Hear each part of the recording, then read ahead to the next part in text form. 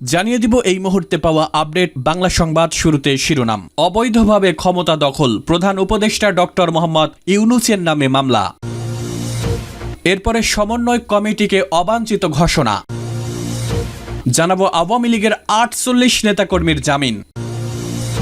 এরপরে ফিরে এসেছে আওয়ামী লীগ এবং সবশেষে জানাবো শিক্ষার্থীদের মধ্যে বিভাজন তৈরি। শুনছিলেন সংবাদ শিরোনামগুলো, এবারে বিস্তারিত। তবে তার আগে ভিডিওতে একটি লাইক এবং কমেন্টস করে সংবাদ সম্পর্কে আপনার মূল্যবান মতামত জানিয়ে দিন কে কোন স্থান থেকে আমাদের এই সংবাদ শুনছেন বা দেখছেন।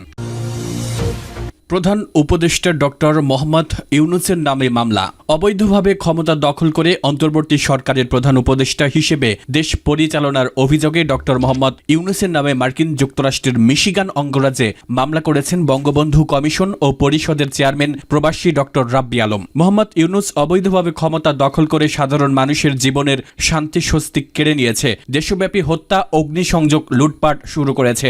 নিউ ইয়র্কের জ্যাকসন হাইটসের একটি রেস্তোরাঁয় যুক্তরাষ্ট্র আওয়ামী লীগ আয়োজিত সংবাদ সম্মেলনে এই অভিযোগ করেন নেতারা। সংবাদ সম্মেলনে রাব্বি আলম বলেন, গত ২৮ সেপ্টেম্বর তিনি এই মামলাটি দায়ের করেছিলেন যুক্তরাষ্ট্রের ইস্টার্ন ডিস্ট্রিক্ট অব মিশিগানের আদালতে। প্রায় গত ৪ সপ্তাহ পরে গত ২০ নভেম্বর উক্ত মামলাটি আদালতে নথিভুক্ত করা হয়েছে। উক্ত মামলাটি বিচারের দায়িত্বভার পেয়েছেন বিচারক রবার্ট জে পিটার। তিনি বলেন, জাতিসংঘ সাধারণ পরিষদের ৭৯তম অধিবেশনে ফাঁকে গত ২৪ সেপ্টেম্বর সাবেক মার্কিন প্রেসিডেন্ট বিল ক্লিন্টনের Clinton Global Initiative Leaders Stage অনুষ্ঠানে বক্তব্য প্রদানকালে ডক্টর মোহাম্মদ ইউনূস নিজ মুখেই বলেছেন, বৈষম্য বিরোধী ছাত্র আন্দোলনের লিয়াজো কমিটির সমন্বয়ক মাহফুজ আলম আন্দোলনের মাস্টারমাইন্ড ছিলেন। অনুষ্ঠানের মঞ্চে তিনি তার সফর সঙ্গীকে পরিচয় করিয়ে দেন। এ সময় প্রধান উপদেষ্টা তার বিশেষ সহকারী মাহফুজ আলমকে এই বিশেষণে পরিচয় করিয়ে দেন। জাতিসংঘের অধিবেশনে যোগ দিতে এসে বৈষম্য বিরোধী ছাত্র আন্দোলনের লিয়াজো কমিটির সমন্বয়ক মাহফুজ আলমকে আন্দোলনের মাস্টারমাইন্ড বলে আখ্যায়িত করেন প্রধান উপদেষ্টা অধ্যাপক ডক্টর মোহাম্মদ ইউনূস। তারা সকলে মিলে সাবেক প্রধানমন্ত্রী শেখ হাসিনাকে ক্ষমতাচ্যুত করে দেশ থেকে বাধ্য করেছেন বলে উল্লেখ করেন রাব্বি আলম। অবৈধভাবে ক্ষমতা দখল ও সাবেক প্রধানমন্ত্রী শেখ হাসিনাকে ক্ষমতাচ্যুত করে দেশ থেকে বাধ্য করার অভিযোগ এনে প্রধান উপদেষ্টা ডক্টর মোহাম্মদ ইউনূসের নামে মার্কিন যুক্তরাষ্ট্রের মিশিগান অঙ্গরাজ্যের ইস্টার্ন ডিস্ট্রিক্ট আদালতে তিনি এই মামলাটি দায়ের করেছেন বলে জানান। মহানগর সমন্বয় কমিটি অবাঞ্ছিত ঘোষণা। সদ্য ঘোষিত কুমিল্লা মহানগরের বৈষম্য বিরোধী সমন্বয় কমিটিকে অবাঞ্ছিত ঘোষণা করে জেলায় বৈষম্য বিরোধী আন্দোলনে অংশগ্রহণকারী বঞ্চিতরা পাল্টা কমিটি ঘোষণা করেছে। প্রতিবাদ সমাবেশে বিকেলে ঘোষিত কুমিল্লা মহানগর বৈষম্য বিরোধী সমন্বয় কমিটিকে অবাঞ্ছিত ঘোষণা করে বক্তব্য রাখেন কুমিল্লা মহানগরীর বিভিন্ন শিক্ষা প্রতিষ্ঠানের শিক্ষার্থীরা। এ সময় শিক্ষার্থীরা বিভিন্ন স্লোগানও দেন। কুমিল্লা ভিক্টোরিয়া কলেজের প্রাক্তন শিক্ষার্থী সৈয়দ আজহারুল আমিন বলেন, আমি বৈষম্য বিরোধী ছাত্র আন্দোলনের সময়কালে ঘোষিত কমিটিতে সমন্বয়ক ছিলাম। যারা এই কমিটির ঘোষণা দিয়েছেন, আমি কেন্দ্রীয় নেতৃবৃন্দের কাছে প্রশ্ন রাখলাম, এই কমিটি আপনারা কিভাবে ঘোষণা দিলেন? যারা আন্দোলনের সময় নিজের জীবন বাজি রেখেছিল তাদের কাউকে তো আমি এখানে দেখছি না। আমরা যারা বৈষম্য বিরোধী ছাত্র আন্দোলনের সময় সম্মুখ সারিতে ছিলাম তাদেরকে বঞ্চিত করা হয়েছে এই কমিটিতে। আমরা সাধারণ শিক্ষার্থীদের পক্ষ থেকে এই কমিটিকে অবাঞ্ছিত ঘোষণা করলাম। আন্দোলনের সময় আমাদের যাদেরকে সমন্বয়ক হিসেবে ঘোষণা দেওয়া হয়েছিল তাদের মধ্য থেকে নবগঠিত এই কমিটিতে 10 জনকে রাখা হয়েছে কিনা আমাদের সন্দেহ রয়েছে। নবগঠিত এই কমিটির অনেক সদস্যই এই কমিটিকে এখন অবাঞ্ছিত ঘোষণা করেছে। আমরা এই কমিটি মানি না, তাই আমরা নিজেরাই কমিটি গঠন করেছি।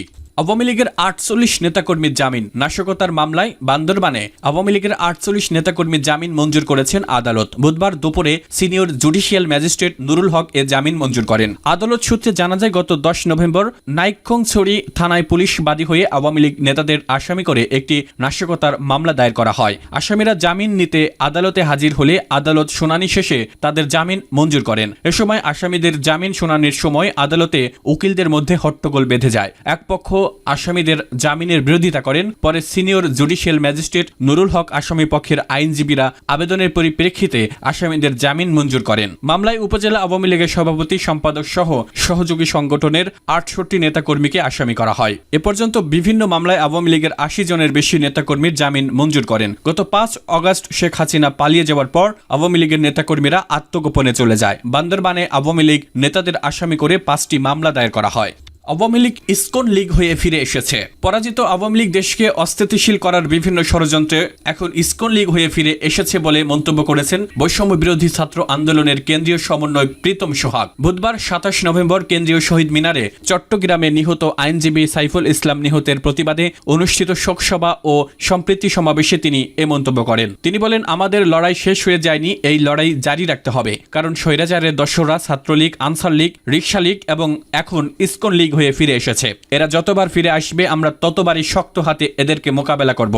আমরা এমন বাংলাদেশ চাই যেখানে সম্প্রীতির সঙ্গে মুসলিম, হিন্দু, বৌদ্ধ, খ্রিস্টান সবাই একসঙ্গে মিলেমিশে বসবাস করব। কিন্তু এখন ভারতের ইন্ধনে ইসকন দেশকে অস্থিতিশীল করতে চাইছে। তারা বাংলাদেশের সন্ত্রাসী কর্মকাণ্ড পরিচালনা করছে। তিনি আরো বলেন, পরিকল্পিতভাবে চট্টগ্রামে আইনজীবী আলিফকে হত্যা করা হয়েছে। আমরা এই ঘটনার তীব্র নিন্দা ও প্রতিবাদ জানাই। এ সময় ইসকন নিষিদ্ধের দাবি জানিয়ে কেন্দ্রীয় সমন্বয়ক মাহিন সরকার বলেন, ইসকন একটি জঙ্গি সংগঠন। আমরা চাই এই সংগঠনকে নিষিদ্ধ করা হোক। যারা দেশের ভালো চায় না তাদের এই দেশে থাকার অধিকার নেই। তবে আওয়ামী লীগের কোনো ফাঁদে পা দেওয়া যাবে না। সবাইকে শান্ত থেকে ধৈর্য ধারণ করতে হবে। আমরা আমাদের কাজ করেছি, এবার সরকার দোষীদের গ্রেফতার করুক। 15 দিনের আন্দোলনে শেখ হাসিনার মতো ক্ষমতা লোভীকে অপসারণ করা হয়েছে।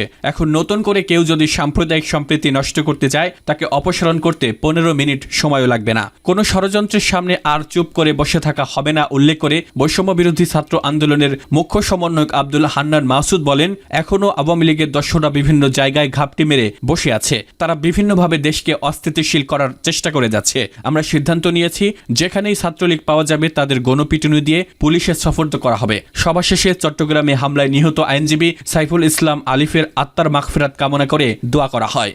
শিক্ষার্থীদের মধ্যে বিভাজন তৈরি। বৈষম্য বিরোধী ছাত্র আন্দোলনের অন্যতম সমন্বয়ক হান্নান মাসুদ বলেছেন, জুলাই অভ্যুত্থানের সুফল যাতে জাতি ভাগ ভোগ করতে না পারে সেজন্য ষড়যন্ত্র শুরু হয়েছে। ছাত্রদের মধ্যে বিভাজন তৈরি করে ছাত্রদের ইমেজ নষ্ট করার চেষ্টা চলছে বলেও মন্তব্য করেন তিনি। মঙ্গলবার আওয়ামী ফ্যাসিবাদী শক্তির পুনর্বাসন রুখে দিতে জাতীয় ছাত্র সংহতি সপ্তাহ কর্মসূচিতে অংশ নিয়ে ঢাকা পলিটেকনিক ইনস্টিটিউট ও বাংলাদেশ টেক্সটাইল বিশ্ববিদ্যালয়ে শিক্ষার্থীদের সঙ্গে মতবিনিময় শেষে এসব কথা বলেন সমন্বয়ক আব্দুল হান্নান মাসুদ ও রিফাত রশিদ। হান্নান মাসুদ বলেন, জুলাই বিপ্লব ছিল নজিরবিহীন। স্বাধীনতা যাতে মানুষ ভোগ না করতে পারে সেই লক্ষ্যে ষড়যন্ত্র শুরু হয়েছে। তিনি আরো বলেন, জাতীয় ছাত্র সংহতি সপ্তাহের শুরু হয়েছে ঢাকা পলিটেকনিক ইনস্টিটিউট দিয়েই। শিক্ষার্থীদের সঙ্গে কথা বলেছি, তারা বলেছে তারা কোনো বিভাজন তৈরি করবে না। আগামীতে কোনো দ্বন্দ্বে না জড়ানোর বিষয়ে তারা মত দিয়েছেন। আমরা বলতে চাই, বিভিন্ন মত, পথ ও দলের শিক্ষার্থী থাকলেও ক্যাম্পাসের ভিতরে কোনো দলের পরিচয়ে কাজ করবে না ছাত্ররা। সবাই সেখানে